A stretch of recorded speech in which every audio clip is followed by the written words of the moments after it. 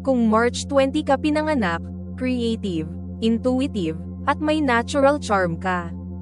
Super imaginative at artistic ka, mahilig kang mag-isip ng unique at creative ideas. Empathetic at understanding ka, madali kang makaramdam ng emotions ng iba, at syempre, may natural charm ka.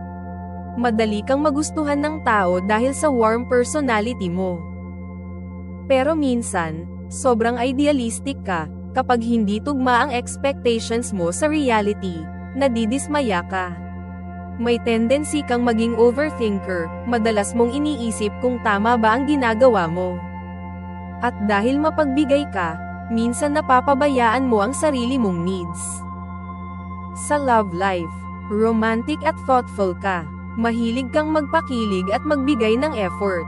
Pero minsan, masyado kang nag-i-idealize ng partner mo, huwag kalimutan na lahat may flaws.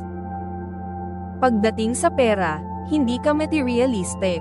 Mas gusto mong gumastos sa experiences like food and travels kaysa sa material things. Pero ingat, dahil minsan, medyo spontaneous ka sa paggastos, dapat marunong mag-ipon. Nakarelate ka ba? O may kilala kang March 20 baby? Share and like mo na ang video na ito. Huwag rin kalimutan mag-subscribe para laging updated.